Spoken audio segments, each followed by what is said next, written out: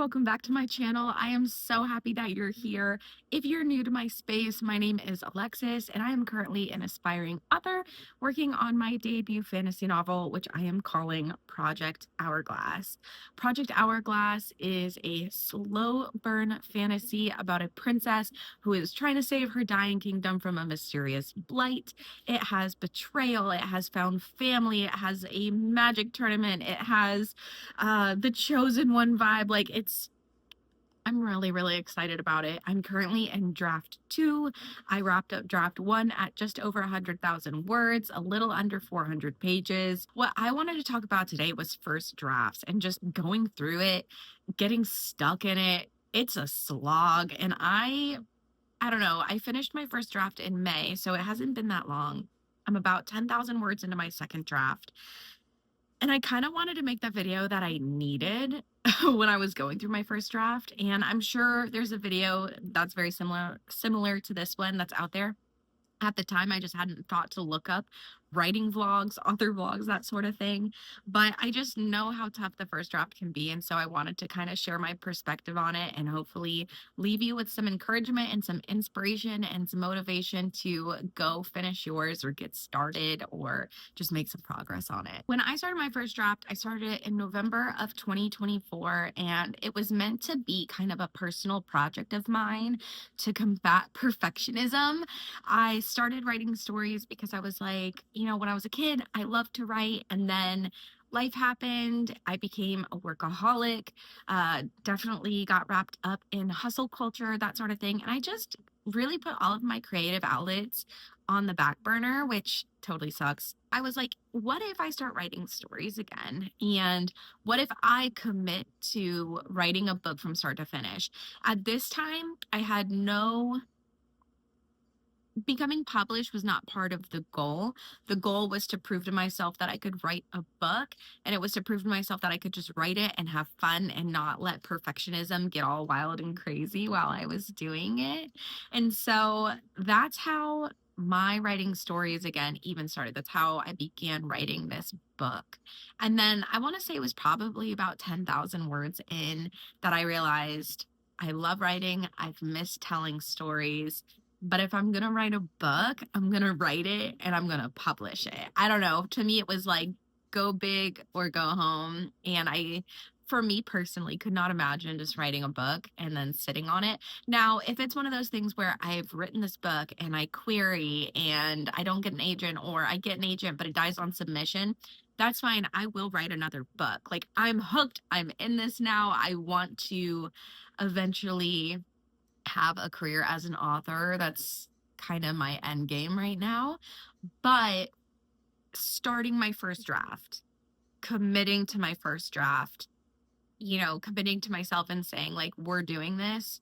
That's when I was like, no, if we're going to write a book, we're going to take it all the way. And so that's kind of how that started. And I was honestly feeling just so good for up until like the first half. Like, maybe I got to the middle, and yeah, there were things that I didn't know. I'm definitely a discovery writer. I'm more of a pantser. Although I will say, once I got to probably the middle of my book, maybe a little bit sooner, I started realizing that I didn't have the structure that I needed. There were questions that I didn't have answers to. And even though I would consider myself more of a pantser, more of a discovery writer, that's fine. I do like to have a little bit of structure. And so that's when I started seeking out resources like Story Genius and Save the Cat. And those really helped me to kind of get back on track, because what happened for me was when I started feeling out of control and I didn't have the answers that I needed to keep writing the story, I started experiencing really bad imposter syndrome. And I started, telling myself things like, oh, maybe I'm not meant for this, or I can't do this, or I'm a bad writer because I'm not figuring this out. When really it was just I didn't have enough tools in my toolbox to keep going. And so I would say, if you're having those thoughts, if you're really struggling with self-doubt, dig in a little bit to that. It could be that you just need to work on your confidence and your self-belief. I do too. I'm still working on it. Or it could be that you just need a little bit more support, and there are resources for that. It's not necessarily like joining a support group of writers, which, I mean, if you want to do that, that's totally fine. That sounds awesome. But it could just be that you need to kind of bolster your toolbox a little bit more, because that really helped me. Once I kind of learned about the craft of writing, the craft of structuring a story and plot and story beats, it really boosted my confidence because I was like, oh, well, this is answering the questions that I didn't know. And one thing I will say though is like I started reading Story Genius as the first resource that I picked up. And it was really, really helpful. It was incredible. I highly recommend it. But what I will say is some of the ways that the author of that book, Lisa Cron, I believe, the steps she wants you to take, for me personally, were a little bit overwhelming, that it just wasn't best suited to like how my brain works and processes things. And for a hot minute, like probably a week or two, I felt very stuck because I felt like I was trapped in this box. Like, oh, if you don't do it this way, then you're not doing it right. And that's not true. There isn't one right way to write a book. The right way to write your book is the way that works for you and gets you to, the end and finishing it up. But I didn't, I'm navigating this without any sort of like literary education, no experience in this field other than like the creative writing stories that I've written in the past. And so I didn't really know that. And I didn't really think about the fact that there could be multiple different ways of doing this. I'm definitely one of those people, like, I kind of like being told what to do. So if you give me an instruction, like, I'll do it really, really great. But when it comes to me having to kind of think outside the box in that sense, I tend to get stumped for a hot minute before it like clicks in my brain and I'm like, "Why just go look at a different book." But anyway, that's something I also need to work on, I guess. But I started with that book and then I went over and checked out Save the Cat Writes a Novel. And that one hit home for me a little bit better the way it's structured. It's a little bit more like a zoomed out overview of how to structure your book versus Story Genius was definitely zoomed way in. Both have a place. Both definitely have a place. But I picked that book up and I was like, oh, this is making a lot more sense to me, how to structure my story, how to pace my book, yada, yada, yada. So, anyway, all of that to say, don't feel like you have to go with one person's, recommended way of doing something, whether it's writing, plotting, developing your characters. There's lots of ways to do it. And I think it's really important to seek out that knowledge from other established writers because we're always learning and we can always learn from one another. We need to always be learning and growing. Otherwise, you're not going to be able to level up. You're going to be stuck stagnant exactly where you're at. And you don't want that in any area of your life, right? So don't be afraid to seek out those resources and ask those questions. And again, if you're really struggling with the self doubt or you're starting to believe that you're not a good writer simply because you're stuck, I'd say, go pick up a book from another author, or even just go read a book that you really enjoy, like another fantasy book or a book within the genre that you're writing, just to kind of stir up that inspiration again, because sometimes it can really be that simple. But in the description below, I will link some of my favorite writing resources. That way you can check them out. So then, after looking at those, after learning how to kind of structure story and understanding the craft of writing, because again, I don't have education in this. And so I know I just kind of rambled about this, but after getting educated in the craft of writing, I was able to move forward and that carried me through for a while. But there were definitely places in my first draft that I just kept getting stuck. And something too that I'm going to be working heavily on in my second draft is I was still so unsure of the voice of my main character. So, like, the way that I wrote her in draft one is not at all how she's going to talk in draft two. It's not how she's going to be, how she reacts to things, her thought process. And I just want to tell you that that's okay. If you're anything like me, you might feel like you need to have all of the control right now. You need to have all of the answers. Otherwise, you can't move forward. But let's be real for a second. Your first draft is not what's going to get you an agent. It's not going to be published. No one else is going to read it except for the people that you share it with.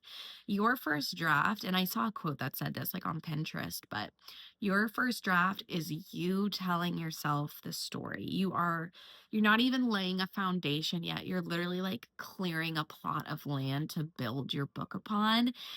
So don't even sweat it. Like, I wish I could go back and tell myself that when I was writing my first draft. Don't even sweat it. It's not that serious. It's not that deep. And I know that writing a book can feel so daunting. And so I feel like there's this kind of air of like, well, I want it to be the best it can be the first time because it's a lot of work. And I get that. It is a lot of work. But now being on to my second draft, I can tell you get this hard work done, finish it up, get it down as quick as you can, just get the words on the page.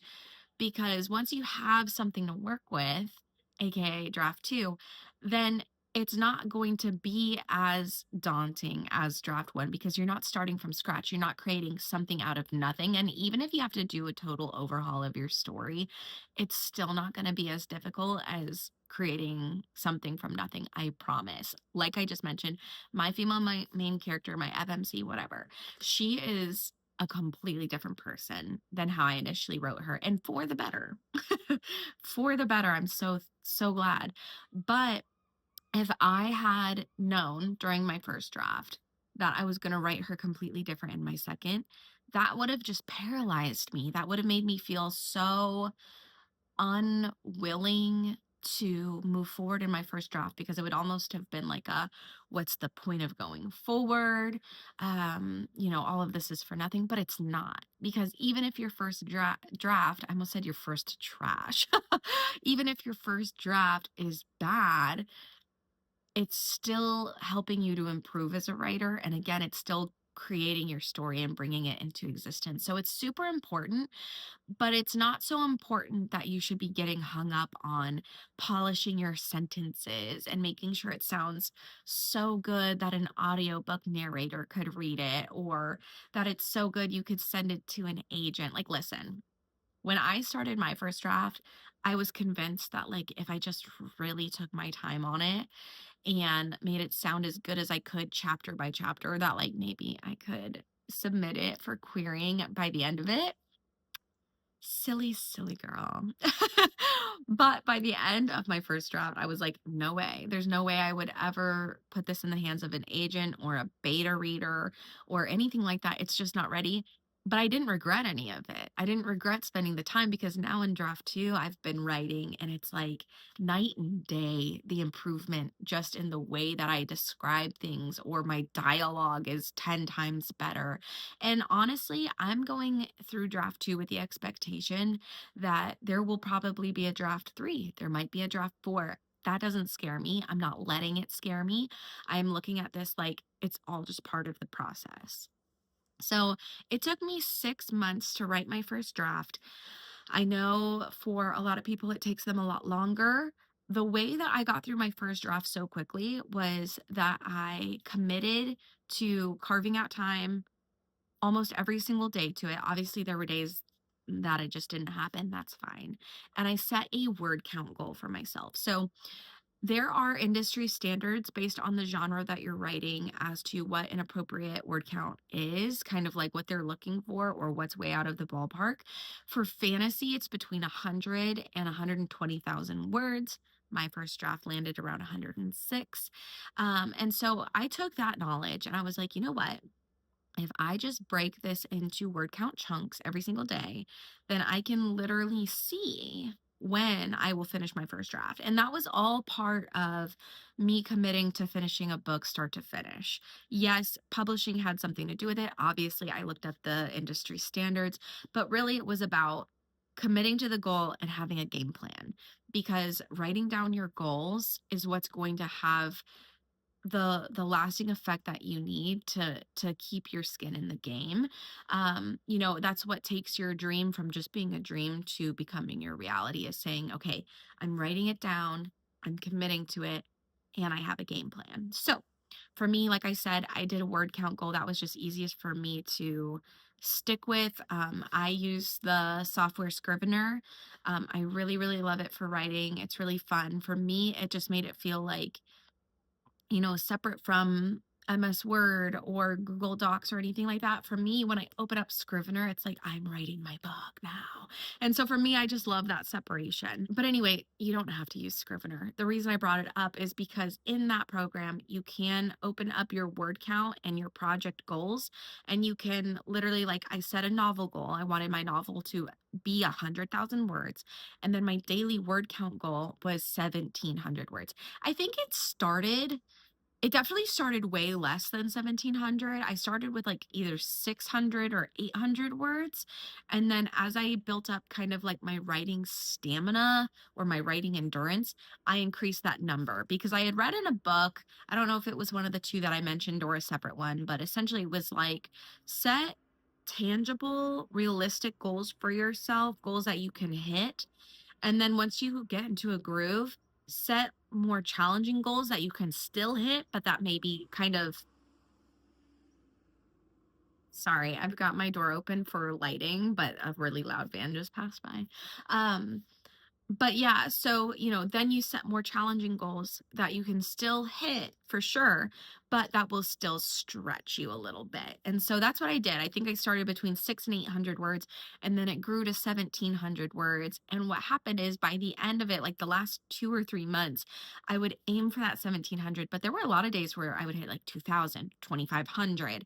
And then on other days where maybe like the creative juices just weren't flowing as well, it was fine if I didn't hit the 1,700 because I had had overages. And so, anyway, it all balanced out. And it's not one of those things where it's like you need to feel bad if you don't hit your goal one day. But for me, since I had committed to this, I committed to writing the book. I wanted a way to hold myself accountable because I didn't want it to just be a hobby or a thing on the side or a maybe I'll see if I can do it. No, I was saying I'm going to prove to myself that I am going to get this done. And so I really had to be like on it.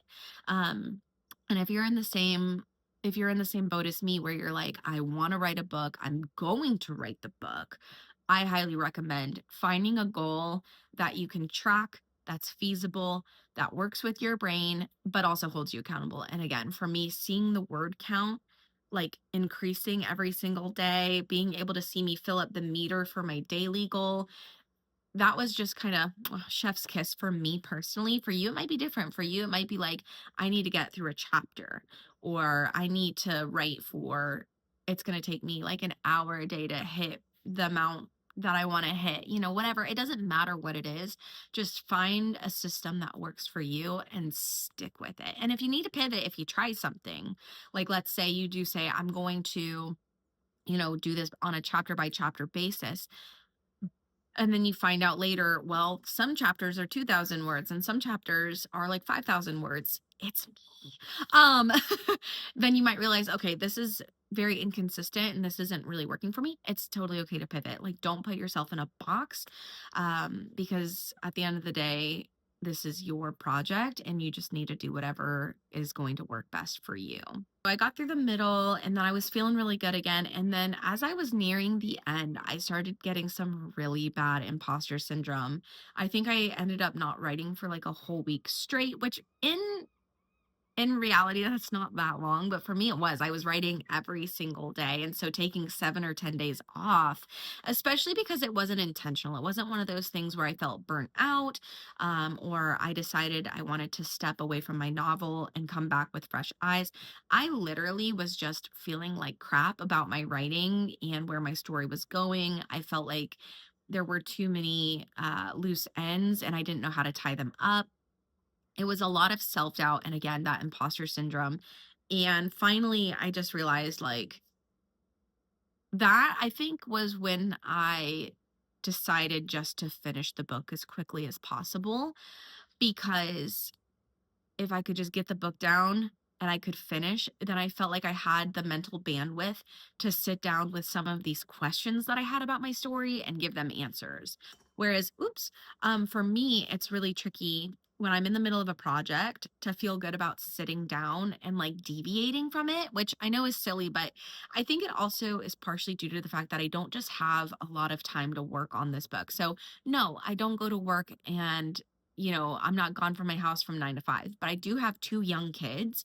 I have a small business. I have other things that I'm working on. And so, really, my writing time is from 7 to 9 at night. Like, that's pretty much my writing window. So, again, it's not a ton.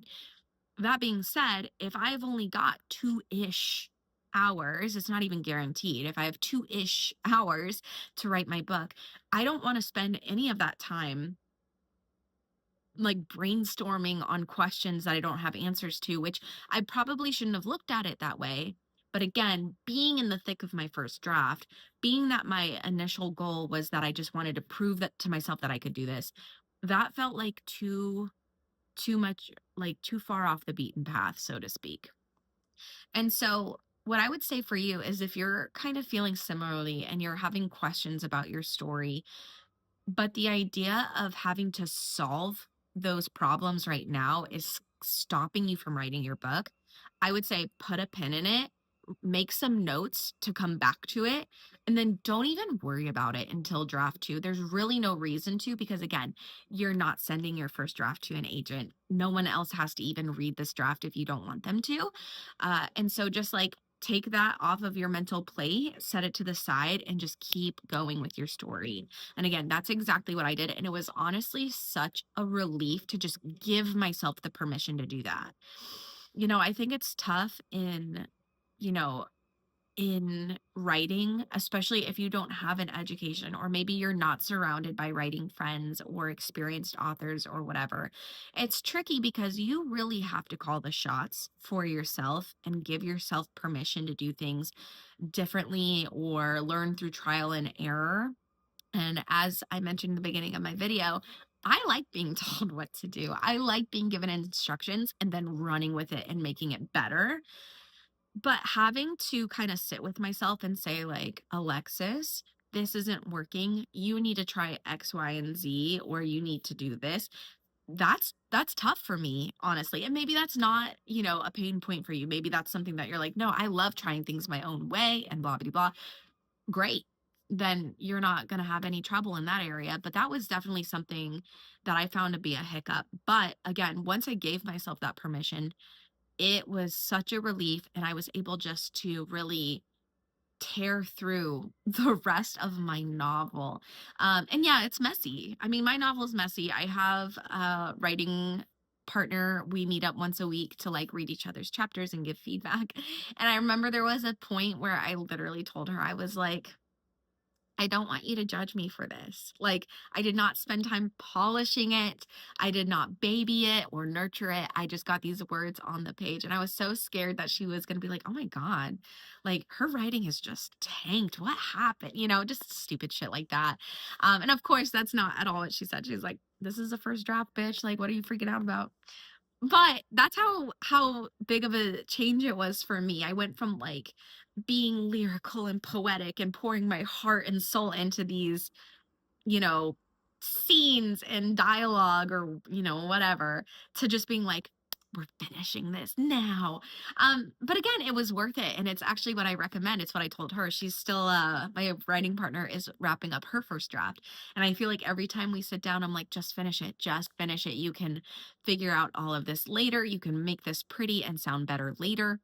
And honestly, too, I mentioned this earlier in the video, but just writing your first draft makes you a better writer. And so starting your second draft, you're going to go into it and it's going to flow and you're going to have this outline that is your first draft to work from. So some of that mental energy that you had to spend creating something from nothing can now go into making it sound good, solving those problems that arose, yada yada yada. At least that's been my experience so far. Then I wrote the end and I took about a month off from writing so I could come back to my novel with fresh eyes. And it was really hard. I was really ready to jump into draft two, but I think it was incredibly beneficial to step away and come back to it. And while I was not writing, it's not that I wasn't thinking about my book. I was mulling over the questions that I had and brainstorming, how to problem solve some of the stuff that was coming up. Even now, I'm about 10,000 words into my second draft, and my story has just evolved so much. It almost looks like a different story. Like, not really, but I mean, romantic dynamics have been completely shifted. Conflict dynamics have changed.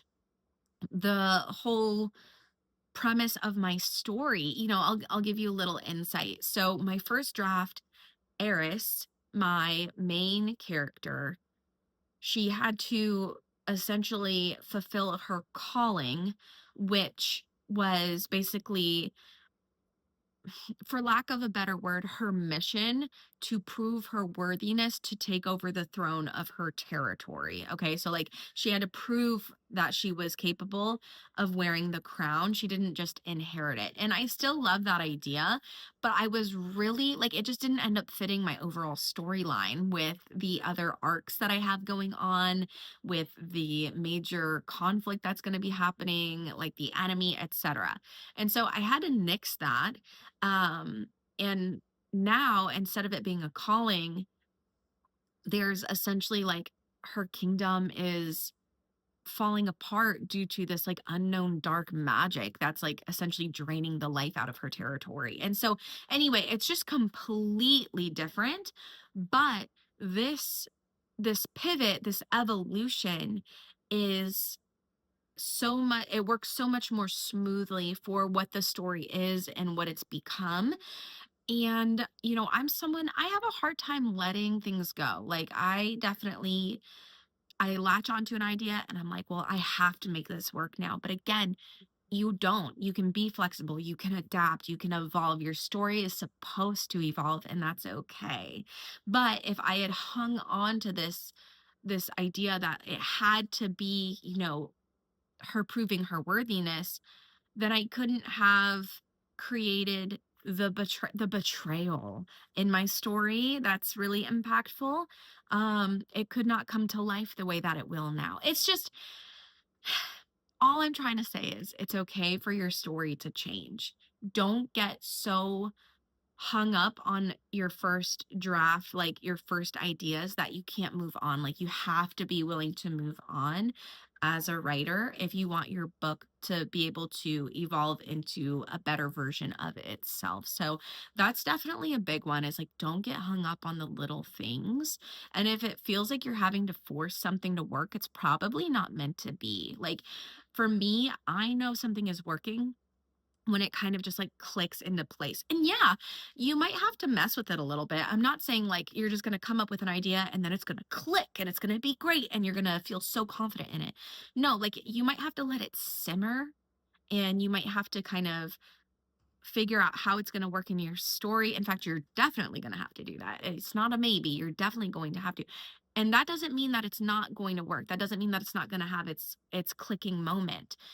But if, again, you feel like you're forcing it to stay in the story, that's when I would look at it and say, I'm wondering if, like, what purpose is this serving? Is it that this is really important to me as the author? Is this really going to benefit the story? Or is it that I'm just a little bit attached to this idea and I'm not ready to let it go, which is valid, but you need to let it go. Something else that I wish I had prioritized a little bit more while I was writing is reading, and not just listening to an audiobook. I am an audiobook queen. I love to listen to books while I'm working on earrings and that sort of thing. It's really the only time I can squeeze in books unless I'm being really intentional.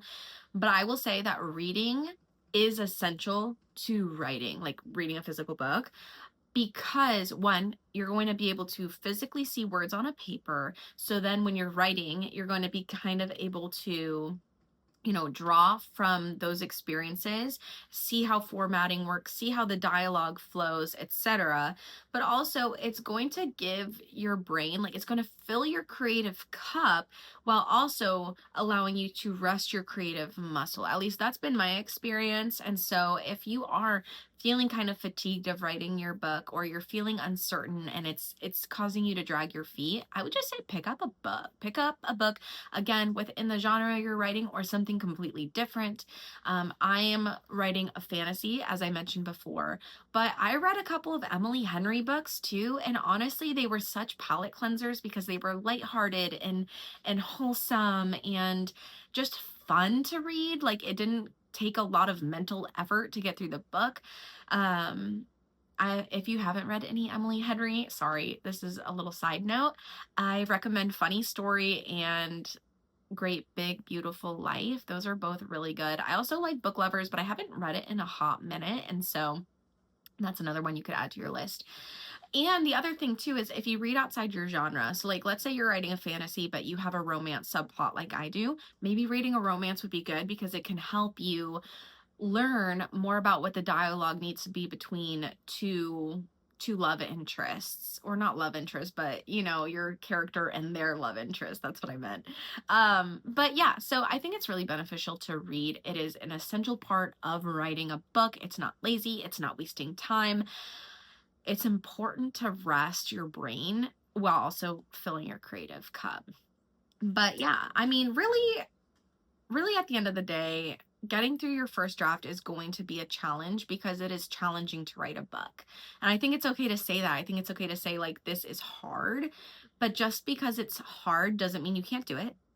Just because it's challenging doesn't mean you aren't capable. You are doing it. If you're watching this video and you are, working on your first draft, even if you've just started page 1, or if you're halfway through, or what, it doesn't matter.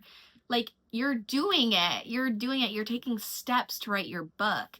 Now, the key is keeping yourself committed so that you can get to the end and start draft 2. And I think that really boils down to lowering your expectations, not getting hung up on things that don't matter, like editing and polishing and making sure that your prose and dialogue is perfect. None of that matters right now. Just get the words on the page and set goals. Set tangible goals for yourself that you can commit to. And again, it's not one of those things where, let's say you set a word count goal and one day you don't hit it. It doesn't then become a shame game. You don't need to then, beat up on yourself about it, but your goals are there to remind you what you're working toward. And that's very, very powerful. Writing down your goals is very, very powerful. There's like a whole psychological thing around that I won't get into right now, but it's true. Like, you write it down, you'll get it done. So yeah, I think that's it. Again, none of these are hard and fast rules. This is just kind of my experience, what helped me get through my first draft, things I wish I could have told myself. You know, I think it's so cool that we live in a day and age. It's a double-edged sword. It's so cool we live in a day and age where we have things like writing vlogs and people can share their experience in real time, and we can learn from that. That's what helped me with my first draft, is I chose to learn from writers who were a few steps ahead of me, and those authors who were also very established. I chose to learn from them as best I could and take their advice to heart. And I think that's amazing that we have that opportunity to connect in this way. But at the same time, it's also really easy to spiral, to compare, to honestly just get distracted. The amount of times that I sit down to write my book and I end up getting distracted by the content that I've posted and the engagement it is or isn't getting is laughable. And it's actually something that I'm working on. If you have any recommendations for that, feel free to share them in the comments, like what you do to make sure that you don't get on your phone when you're doing things. Especially though, what's been tricky, I'm also going on another tangent, sorry. What's been really tricky is sometimes I'll try and record myself while I'm writing for, like B-roll or whatever. But then my phone's right there and I'm like, oh, like, let me check. How did this reel do? How did my TikTok do? Blah, blah, blah. And I don't want to do that. So it's like, okay, I should just go put my phone over there on my desk where I can't access it easily. But at the same time, now I need it to record video. So I think that's just going to boil down to I need to be more disciplined. But if you have any recommendations that have been helpful for you in that regard, please share them. I could really use some help. But yeah, you're not alone if you're struggling. You're not alone in this. Writing is tough. That's why not everybody does it. But I just think about how, like, there's so many people out there who want to write a book and they never do it. I want to be the person that does it. And I think you want to be the person that does it too. So we should write our books and we should get them published. That'd be so awesome. But anyway, if you've made it to the end of this video and you listened to me this whole time, first off, you are awesome. Second off, share with me in the comments, where are you at in your writing journey? Are you on your first draft? Are you further along? Are you just starting? Have you not started at all? Tell me. If you don't want to tell me all of that, drop your favorite emoji in the comments to at least let me know you made it this far. Yeah, and I'll wrap it up there, and I'll talk to you next time. Bye!